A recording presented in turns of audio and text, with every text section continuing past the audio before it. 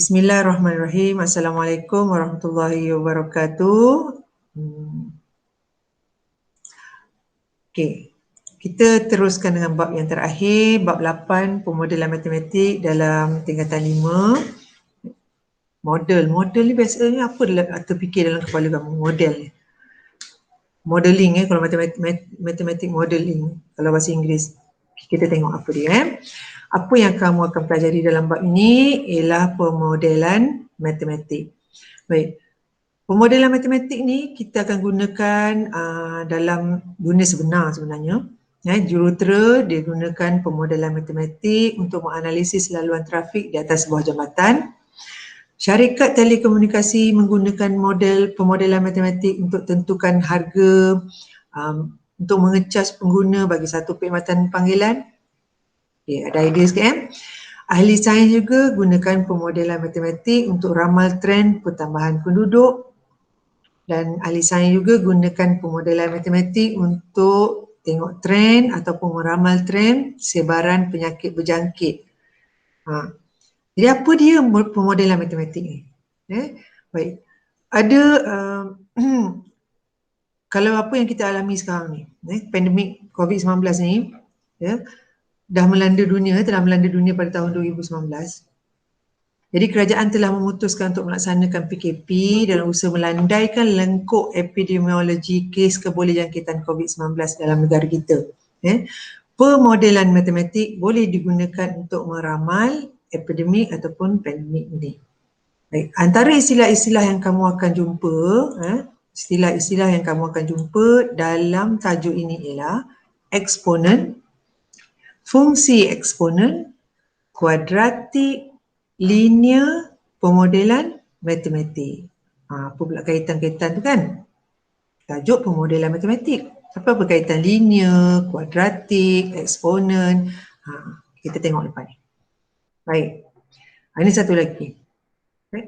Sebenarnya pemodelan matematik ni memang kita guna dalam kehidupan harian. Tapi kita tak tahu rupanya. Oh, itu pemodelan matematik. Tengok satu lagi contoh. Pembinaan terowong smart. Smart tunnel. Storm water management and road tunnel. Dekat mana smart tunnel ni? Kuala Lumpur Okey. Bertujuan untuk mengalirkan air banjir ketika berlaku hujan lebat di Bandaraya Kuala Lumpur. Cikgu rasa semua orang, hampir ramai antara kita yang dah ada pengalaman lalu terowong smart ni. Walau bagaimanapun, terowong itu juga mempunyai fungsi tambahan dalam mengurangkan kesesakan trafik. Okay. Reka bentuk unik dan cara operasi terowong yang inovatif ini telah memberikan cabaran kepada jurutera pada awal-awal pembinaannya. Okay. Tahu tak kamu bahawa terowong smart itu diklasifikasikan kepada 4 mod operasi yang berlainan melalui pemodelan matematik. Bila masa terowong itu akan jadi saluran banjir. Kemudian kalau hujan ditutup untuk saluran banjir. Kalau tak hujan, kereta boleh lalu kat situ. Jadi dia gunakan pemodelan jurutera-jurutera ni menggunakan beberapa pemodelan matematik untuk menghasilkan membina terowong smart ni. Okey. Tengok. Okey, dunia ni dipenuhi dengan pelbagai soalan penting yang tidak terjawab. Antara soalan-soalannya. Yang pertama, adakah kenaikan paras laut akan memberikan kesan kepada negeri-negeri pesisiran pantai di Malaysia? Adakah kenaikan paras laut? Ini kaitan dengan geografi, ada kaitan dengan geografi, apa lagi? Itu semua kan penempatan penduduk. Okey.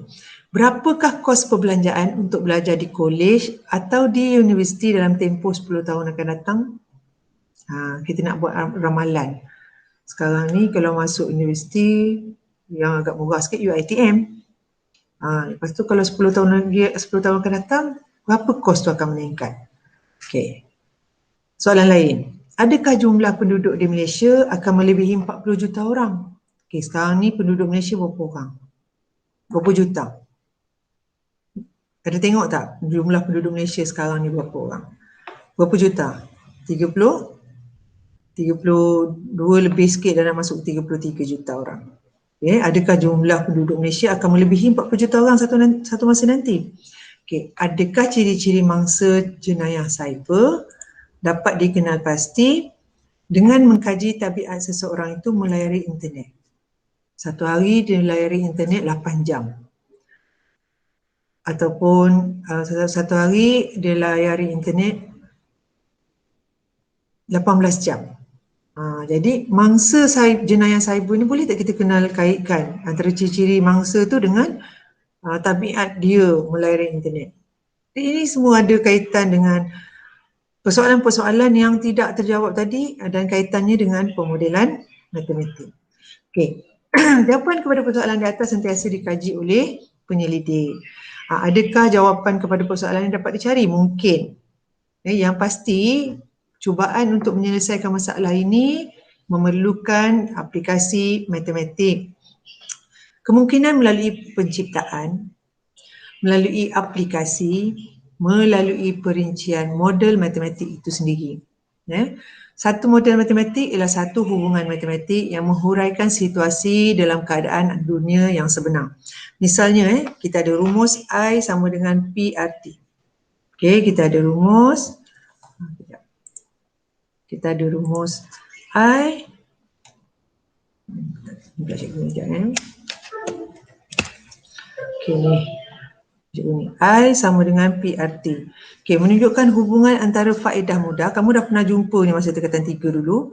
Hubungan antara faedah mudah dengan prinsipal, kadar faedah dan masa. I sama dengan PRT. Jadi dalam bab ni, kamu akan diperkenalkan dengan proses membina model matematik yang dikenali sebagai pemodelan matematik. Jadi sebenarnya dalam model pemodelan matematik ni, masalah dunia yang sebenar kita terjemahkan dalam masalah matematik. Itu konsep dia. Iaitu masalah dunia sebenar kita terjemahkan sebagai masalah matematik. Jadi kita akan selesaikan masalah tu dan kemudian kita tafsirkan penyelesaian dalam konteks dunia, masalah dunia yang sebenar. Jadi apa itu model matematik? Suatu perwakilan bagi sistem ataupun senario, situasi yang digunakan untuk memperoleh kefahaman secara kualitatif ataupun kuantitatif bagi masalah dunia sebenar serta meramalkan pelakuan masa depan. Kamu ada satu situasi. Lepas tu kamu ambil situasi itu, jadikan situasi matematik, kemudian kamu gunakan konsep-konsep matematik untuk selesaikan. Daripada situ kamu buat ramalan apa yang berlaku pada masa depan. Itu pemodelan matematik. Baik. Cuba tengok masalah ni. Ada sebuah bandar, bandar A. Bandar tu ada 40,000 orang penduduk. Baik, 45% daripada penduduk di bandar itu mengamalkan tabiat mengitar semula botol minuman plastik terpakai. 45% daripada penduduk bandar tu. Jika setiap orang di bandar tu menggunakan 5 botol minuman plastik setiap minggu, berapa banyak botol minuman plastik yang dikitar semula setiap minggu di bandar tersebut? Ini keadaan biasa kan? Ini ialah situasi ataupun senario biasa. Tetapi sekarang ni kamu ambil senario itu, letakkan dalam masalahnya, letakkan sebagai masalah matematik, selesaikan guna konsep-konsep matematik, baru kita buat ramalan. Okey. Soalan macam ni memang biasa dalam buku matematik, memang biasa kita ditanya nak kukuhkan konsep peratusan. Dekat situ. Jadi ini adalah satu contoh penyelesaian masalah ataupun bentuk soalan masalah. Masalah seperti ini kita memberi semua maklumat yang diperlukan, kita cuma perlu melaksanakan perhitungan untuk dapatkan satu jawapan yang betul. Jadi masalah macam inilah yang kita gunakan untuk membantu memahami konsep matematik tertentu dan kemudian kita dapat mengukurkan kemahiran matematik. Konsep-konsep matematik yang penting. Baik. Cuba tengok satu lagi soalan. Berapa lamakah masa yang diperlukan untuk membersihkan tumpahan minyak di lautan? Tadi dia bagi kamu maklumat, ada peratusan, ada bilangan, kan? Kita nak fahamkan dulu, kita bukan nak selesaikan tumpahan minyak ni. Sekarang kita nak tengok apa beza antara soalan yang pertama dengan soalan yang kedua. Apa beza? Okey, soalan yang kedua ni ada perbezaan dengan soalan pertama. dia tidak mempunyai maklumat yang mencukupi. Nak jawab soalan ni tak ada maklumat mencukupi. Soalan ni ialah soalan yang lebih terbuka. Kita namakan dia soalan terbuka. Jadi kita biasanya tidak mempunyai maklumat yang mencukupi apabila cuba menyelesaikan masalah dunia yang sebenar. Betul tak? Permasalahan dunia sebenar ni memerlukan kita gunakan pengetahuan matematik dan kreativiti kita untuk selesaikan. Jadi dalam hal ni pemodelan matematik adalah paling sesuai dalam menyelesaikan soalan terbuka macam ni. Okay, very conceptual ni ya. Okay. Jadi apa proses dalam pemodelan matematik? Kamu mula dengan mula dulu. Mula bulat ni mula lah kan. Kalau yang kelas Al-Jazari dia faham ni, carta Ali ni. Mana empat segi, mana bulat, mana segi, mana rhombus macam ni, apa maksud dia kan. Okay. Mula-mula kenal pasti dan mendefinisikan masalah. Kemudian buat andaian dan mengenal pasti pun boleh ubah. Kemudian aplikasikan matematik untuk penyelesaian masalah.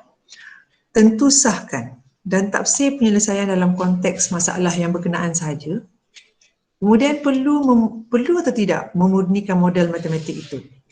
Kalau ia kenal pasti semula dan definisikan masalah daripada awal, buat balik kitaran tu. Kalau tidak, maksudnya okey dah selesai, tak perlu lagi murnikan model matematik tu, laporkan dapatan dan proses pemodelan matematik tu tamat. Macam tu. Okey. Baik. Jadi terdapat beberapa komponen penting dalam pemodelan matematik ni. Langkah pertama, mengenal pasti dan mendefinisi masalah. Langkah kedua, buat andaian. Buat andaian dan kenal pasti pemboleh ubah terlibat. Yang ketiga, aplikasikan matematik untuk selesaikan masalah. Yang keempat, tentu sahkan dan tafsir penyelesaian dalam konteks masalah berkenaan. Kemudian jika perlu murnikan dulu model matematik kita. Kemudian kalau dah murnikan model matematik, barulah kita buat laporan dapatan. Jadi ini beberapa komponen penting dalam pemodelan matematik. Biasa sebenarnya kita menyelesaikan masalah ni. Memang dalam kehidupan kita akan ada sentiasa akan ada masalah. Sekarang ni kita nak macam mana menggunakan ilmu matematik dan kepandaian kamu dalam konsep-konsep matematik tu nak selesaikan masalah dan buat ramalan. Okay. Jadi kita ada masalah dunia sebenar. Okay. Masalah dunia sebenarnya keliling kamu ni. Kenal pasti definisi masalah. Ini sama step sama. Kemudian buat andaian dan kenal pasti pun boleh ubah. Aplikasikan matematik. Itu yang penting tu, sebab tu nama dia pemodelan matematik. Modelkan. Contohkan matematik kita dalam penyelesaian masalah kita tu. Okey, lepas tu tentu sahkan dan tafsir penyelesaian dalam konteks masalah berkenaan. Murnikan. Murni maknanya kalau kita rasa model kita tu ataupun penyelesaian matematik kita itu tidak tak mantap ataupun perlu lagi maklumat lain, kita kena murnikan. Murni ni maksudnya kamu perbaikilah model matematik yang ada. Kemudian ulang semula jika perlu. Kalau kita dah murnikan model matematik tadi, perlu murnikan, kita ulang semula proses tu. Kalau tidak, terus pada laporan dapatan, melaporkan dapatan. Baik, mari kita lihat satu contoh pemodelan matematik yang melibatkan semua komponen-komponen kita sebut sebelum ni. Okey, ni masalah dunia sebenar. Pasar raya yang terletak jauh dari rumah kamu mungkin menjual sekampit beras 10 kg dengan harga yang lebih rendah daripada pasar raya yang berdekatan dengan rumah kamu. Okey, adakah berbaloi jika kamu memandu ke pasar raya yang terletak lebih jauh dari rumah untuk membeli 2 kampit beras 10 kg yang lebih murah? Ada kedai runcit dekat rumah kamu ni, jual sekampit beras 10 kg. Mahal sikit lah berbanding dengan satu lagi kedai runcit jauh sikit tapi dia murah. Berbaloi tak kita nak pergi sana? Yang pergi kedai yang lebih jauh tu banding dengan beli yang dekat. Sekarang kamu nak beli 2 kampit beras. Okey. Kenal pasti komponen yang pertama Kenal pasti dan mendefinisikan masalah. Okey. Harga sekampit beras 10 kg dengan kos petrol tu kena itu perkara dia yang kita nak beri perhatian. Kita nak beli sekampit beras dan kita kena ingat kalau bergerak kita akan melibatkan kos petrol. Okey, yang kedua, tentukan kedudukan 2 buah pasar raya tadi. Tentukan kedudukan, jarak daripada rumah. Dah tentulah yang dekat satu lagi yang jauh. Ada berbeza kan? Okey. Cari maklumat yang berkaitan dengan internet. Misalnya sekampit beras 10 kg di 2 buah pasaraya berkenaan. Kalau ada kan, dia punya brosur ke, pamphlet dia ke, harga 10 kg, ada jualan murah ke, contoh cari. Kamu kena carilah. Sebagai seorang pelajar, sebagai seorang murid, kamu kena sentiasa ada rasa nak meneroka, sentiasa ada rasa nak ingin tahu. Jadi kamu cari maklumat dalam internet. Apa lagi maklumat yang kita nak kena cari selain daripada harga tu? Kita boleh tengok, tadi harga, kita tengok jarak. Jarak setiap pasaraya dari rumah kamu. Harga petrol semasa. Sekarang harga minyak macam mana? Hari tu memang murah, sekarang macam mana? Lepas tu, kadar penggunaan petrol. Kamu ni ada kereta apa? Nak pergi dengan apa? Mak ada kancil, ayah ada apa? X70, mana satu nak pakai? Nak pergi beli 2 kampit beras 10 kg. Contohnya. Baik. Jadi itu langkah pertama. Maksudnya kamu tanya diri kamu, keluarkan persoalan-persoalan tu. Okey, kemudian buat andaian. Seronok ni bab ni. Okey, buat andaian. Rumah pasaraya A, pasaraya B, okey, duduk atas garis lurus. Sebab tu maklumat yang kita ada kan. Okey, memandu kereta ke pasaraya. Ni kita buat andaian. Kita akan mandu kereta, dua-dua pun kena bawa kereta. Okey, membeli bilangan kampit dan cap beras yang sama di pasaraya A dengan B. Okey, sama je. Yang kat sana pun sama, kat sini pun sama kan. Ini kita buat dulu andaian. Andaian ni biasanya dimulai dengan pemboleh ubah paling murah, paling mudah. Rumah ni semua ni, ini pasaraya A, pasaraya B, bilangan kampit, cap beras ni semua. Itu adalah pemboleh ubah. Kita gunakan pemboleh ubah yang mudah dulu. Setelah masalah diselesaikan, kita boleh buat andaian yang lebih rumit. Lebih complicated lah kita nak kena fikir. Ini nak beli beras kan? Ini nak tunjukkan contoh, konsep. Kemudian kita pergi pada komponen mengenal pasti pemboleh ubah. Sebab tadi kita masalah dunia sebenar, kita nak bawa pada model matematik. Okey. Katakan S, jarak antara pasaraya A dengan pasaraya B. S. Wakil dah di matematik dah ni. Okey, P1. Harga sekampit beras 10 kg di pasaraya A. P2. Harga sekampit beras 10 kg di pasaraya B. Saya ada perwakilan kan. M. Kadar penggunaan petrol kereta dalam kilometer per liter. M. Samalah kan. N. Bilangan kampit beras yang akan dibeli. H. Harga petrol semasa dalam RM per liter. S. Beza harga dalam ringgit Malaysia yang dibayar bagi membeli beras 10 kg di pasaraya B berbanding pasaraya A. Ada perbezaan ni. Berapa harga dia tu.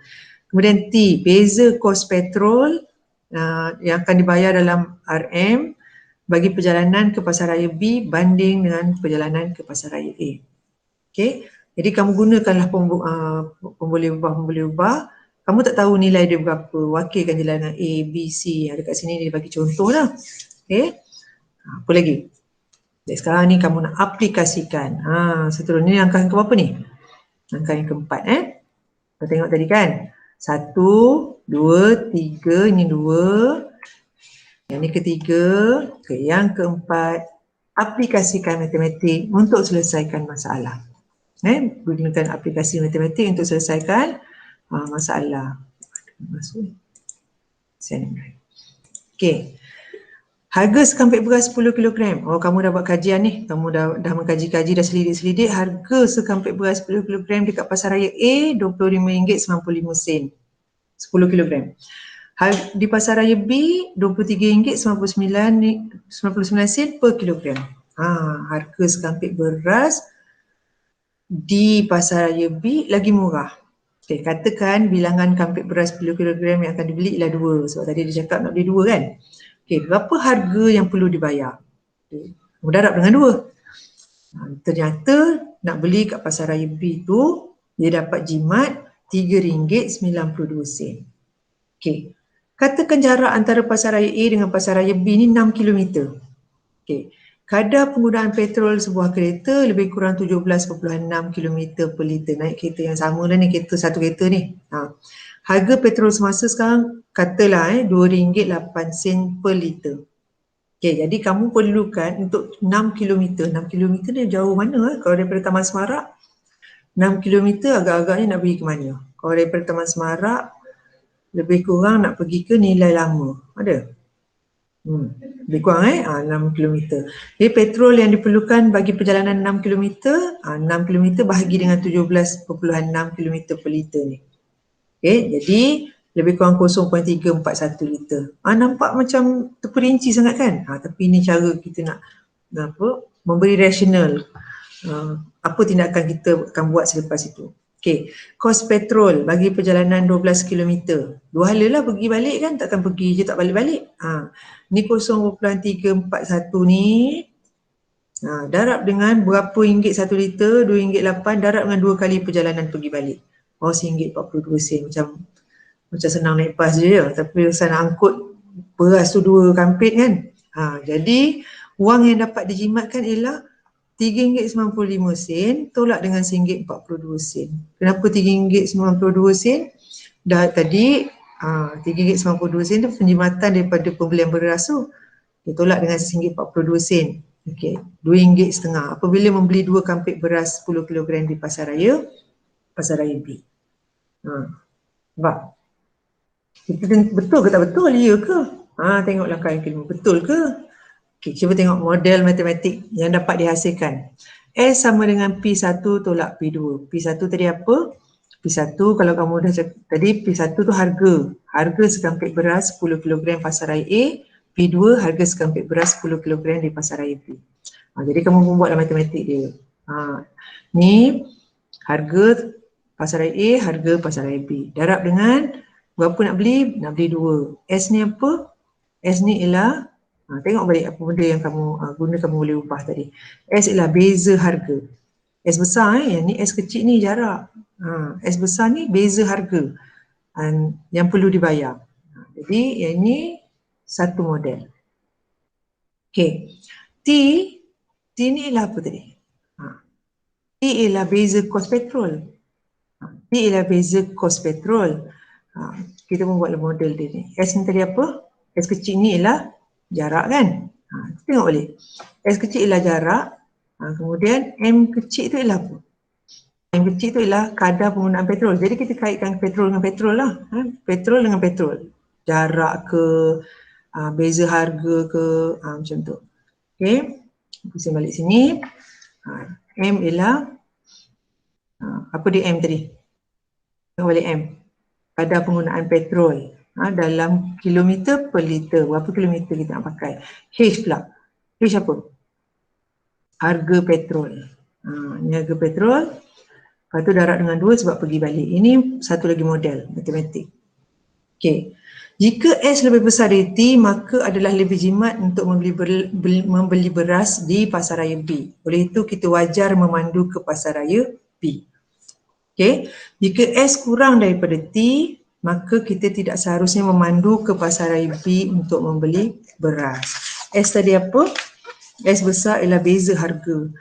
Kalau beza harga lebih besar daripada beza kos petrol, patutlah kita pergi patutlah kita pergi ke Pasar Raya B yang lebih jauh tu. Tapi kalau beza harga beras tu dengan beza kos petrol tu lebih kurang sama ataupun kurang, jadi kita membuat keputusan tak payahlah memandu ke Pasar Raya B untuk beli beras, lebih kurang sama je. Okay. Jadi kita masukkan nilai-nilai, kalau kita buat matematiknya lah, masuk dalam model ni. Ni model pertama, ni model kedua ni yang kita dah bina tadi. Kita masukkan nilai-nilai, kamu tengok ni kita dapat RM3.92 untuk beza antara 2 kampit beras. Beza antara beras lah, beza harga antara beras yang kita nak beli tu. 2 kampit. Ini beza kos petrol bagi perjalanan pergi balik ke 2 pasar raya itu. Mana yang lebih besar, mana yang lebih kecil? Ini S. S ni besar daripada T. Betul. S lebih besar nilai dia daripada T. S ni RM3.92, T ni RM1.42. Oleh sebab S lebih besar dari T, maka lebih jimat untuk membeli di pasaraya B. Jadi kita wajarlah memandu ke pasaraya B. Oleh itu model matematik tersebut dapat menangani masalah berkenaan. Apa yang kamu kena pertimbangkan?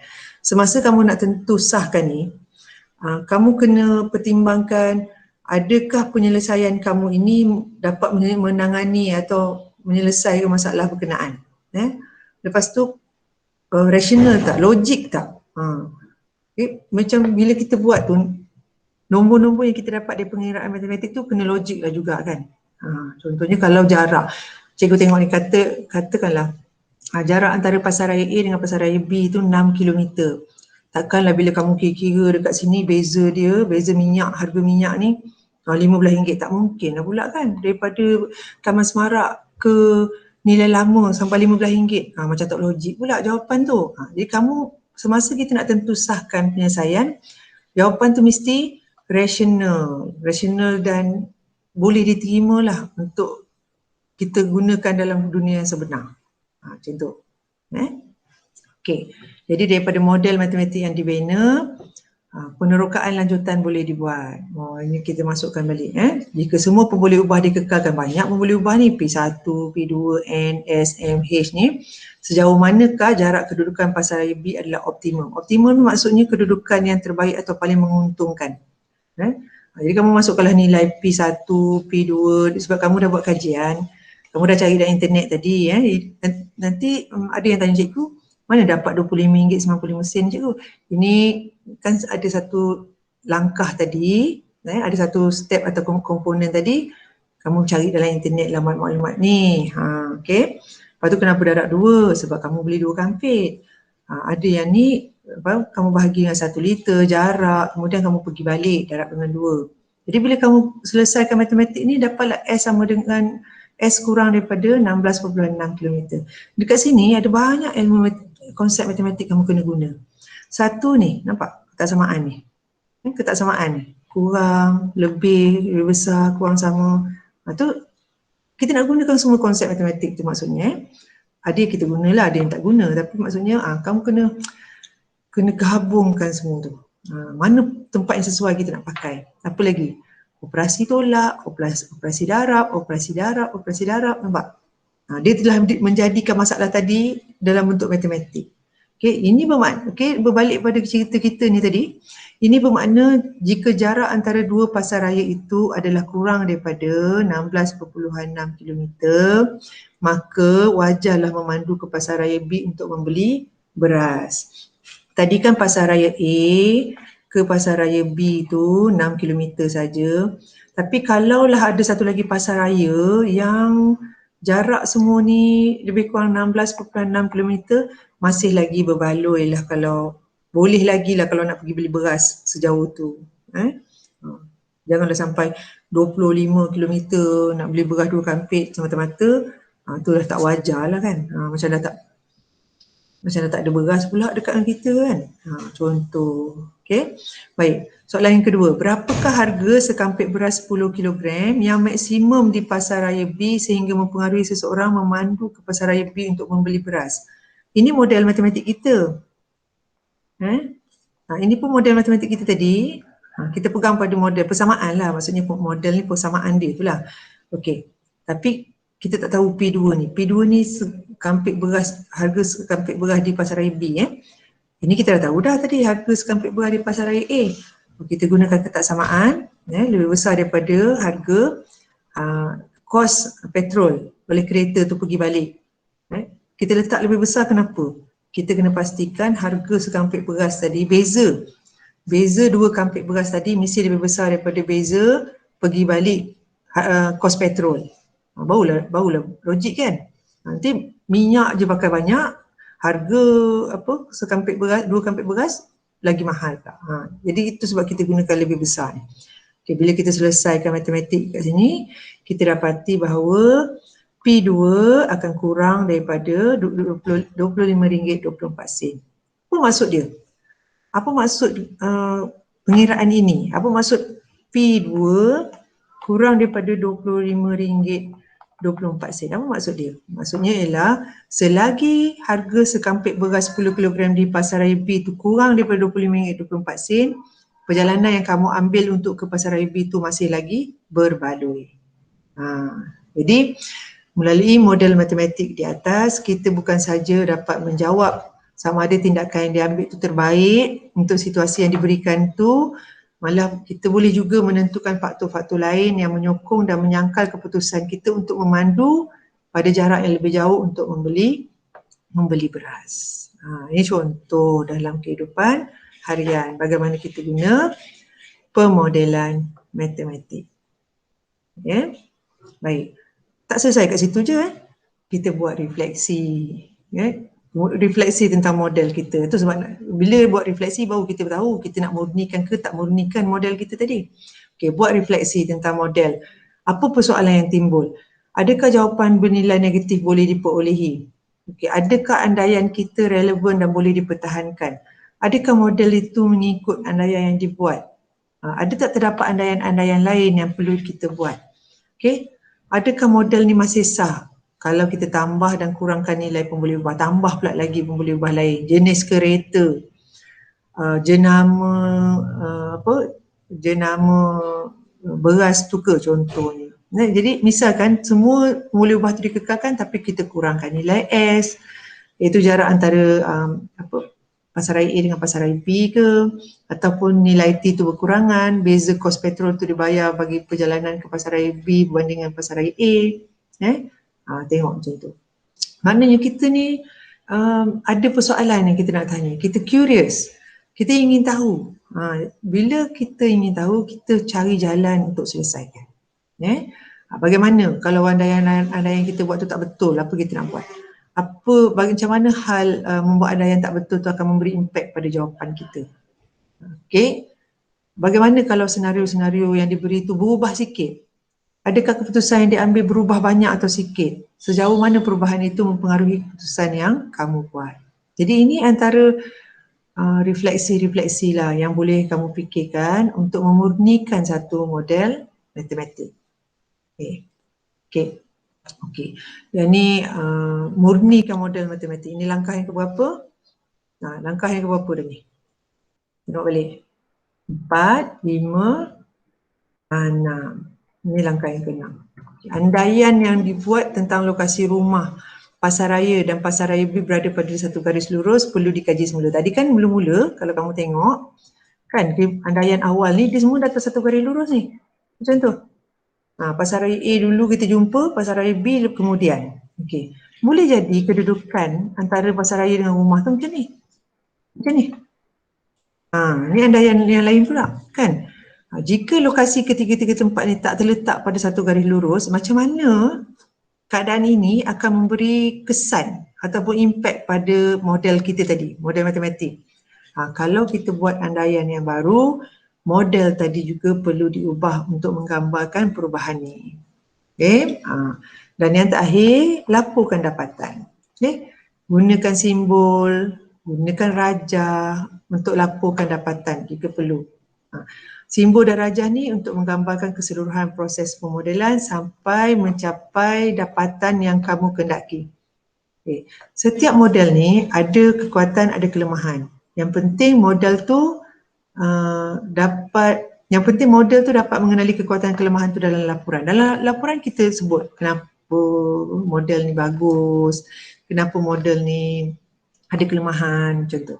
Misalnya nilai bagi masa yang diperuntukkan oleh seseorang adalah sesuatu yang tidak dipertimbangkan dalam model ini. Masa, faktor masa kita tak sebut kan? Kita sebut faktor harga sekampik beras dengan kos petrol. Adakah memandu tambahan 12 km untuk jumlah penjimatan RM2.50 itu berbaloi bagi seseorang? Mengikut model ni penjimatan 5 sen dianggap berbaloi. Kita ada kiraan, masukkan dalam kiraan tu ya. Okey, impak kepada alam sekitar tidak dipertimbangkan juga. Impak kepada alam sekitar. Adakah dengan memandu tambahan 12 km untuk penjimatan RM2.50 tadi mesra alam sekitar? Model ni tak pertimbangkan usaha ke arah kelestarian alam sekitar. Maksud dalam report kamu tu, dalam laporan itu, kalau disebut satu pemboleh ubah lain ataupun satu sudut pandang yang lain, dari segi sustainability alam sekitar ni, kelestarian alam sekitar ni kita tak jaga punya. Nak bergerak banyak, petrol guna banyak, karbon dioksida banyak dilepaskan dalam udara. Tapi kita tak kurangkan pun pengeluaran karbon dioksida. Janji apa? Janjinya lebih murah. Jadi kita boleh laporkan tu dalam dapatan. Jadi kita dah tengok tadi proses-proses pemodelan matematik kita lakukan kepada satu contoh masalah dunia sebenar. Okay.